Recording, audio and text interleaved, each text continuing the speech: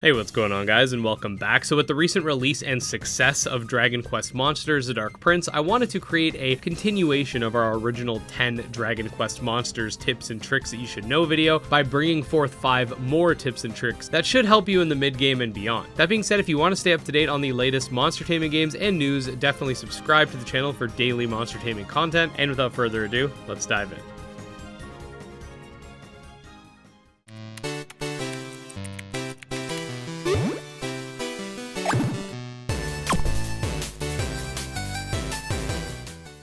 Just quickly before we dive into the 5 points, make sure you check out our original tips and tricks video. That'll definitely be more of a basic sort of, get you started type guide, but this is going to sort of expand from there. So our first new tip is easy stat seeds. So this comes from Doom Riff in the comment section of our last video, and that being a nice little trick to get free stat boosting seeds, which will definitely help you out in the earlier portions of the game. This trick requires you to capture a monster and release it in the summary screen, causing you to receive some random seeds in your inventory. Now do note that every monster has a stat cap, so this will be less useful in the early game. However, I could definitely see this being really powerful in the mid game, as you can go back to the earliest areas, farm the weakest monsters, and continually capture them, then go nuts on some of those monster seeds, increasing your stats early. As far as I can tell, there's not a specific way to influence which seeds you'll get, but if you have a diverse team, this should be pretty good.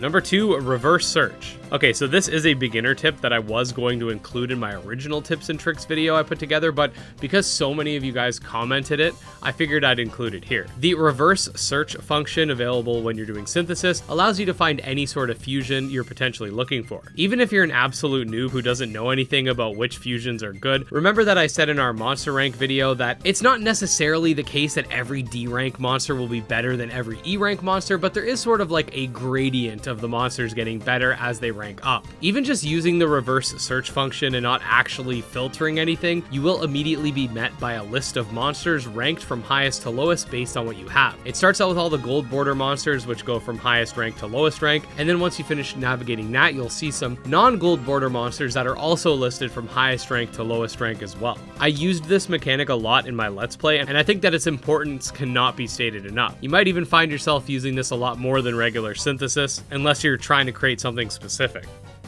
Number 3, metal slimes. Okay, so starting in the mid game and especially the late game, you're going to have access to 3 types of monsters that will give you a crazy amount of experience. These include the metal slime, the liquid metal slime, and the king metal slime. When you see one of these monsters in the overworld, make sure that your autosave is not activated and then save before encountering one. These metal slimes are resistant to all types of elemental damage and are quite speedy and can even run away from you pretty much instantly. You can take these down with a really strong physical attacker, or you could build a liquid metal slime yourself, because at level 40 it gets a trait that allows it to hit the immune enemies with explosive damage, and I made a whole video about that. You also can't farm these in the mole hole if you were wondering. They just give you normal XP, but they will still appear if you want to catch more. For more information on how to get a crazy amount of experience points by defeating these metal slimes, and like I said, more details about the liquid metal slime setup for this, check out my fast experience points guide linked below.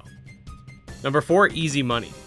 Okay, so similar to my point regarding the metal slimes, another topic I made a video on, linked below as well, is how to get easy gold. You will notice a monster called the Bag of Tricks, and defeating one of these without any boost will give you over 3,500 gold per battle. These can be found in a variety of places, and we go over that in the video linked below, but similarly to the metal slimes, you're gonna want to save before encountering them because they can run away. However, in this case, they are not immune to all elemental damage, so as long as you have someone that's got an adequate agility and some damage behind them, you will be able to take care of these pretty quickly. If you continually farm them, you can teleport in and out of various spawn locations in order to make them respawn. Again, if you want more information, check out my money guide linked below.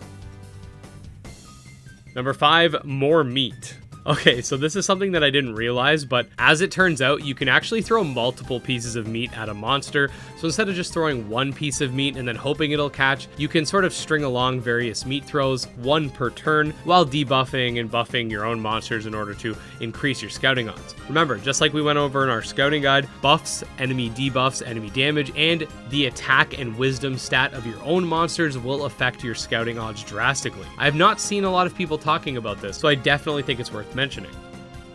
And there you go, guys, another 5 tips and tricks that you should probably know when playing Dragon Quest Monsters: The Dark Prince. I was debating including some more advanced tips like 4 monster synthesis or talent fusion. However, for the latter, we already published a video going over it, and I do have plans to go over 4 monster synthesis very soon as well, so I don't want to get into a dense topic like that for this short little sequel video. Other than that, definitely let me know down below what other types of guides you would like to see. I feel like we've covered the majority of major topics that I was trying to get done for this game, and I'm proud of the amount of coverage we were able to give it. I'm definitely not done yet, and will be keeping you guys up to date on all the Dragon Quest Monsters news until the end of time pretty much, so definitely make sure you're subscribed, because even when we do eventually get all of the conceivable guides out, I'll still be dedicated to keeping you up to date on whenever this game gets a sequel. You can also check out my Twitter, Discord, and Patreon linked below, and special thanks to my patrons and supporters, especially Jim Hamilton, Drove Ghost, Candy Marunci, and Tragsoft, and we'll see you next time.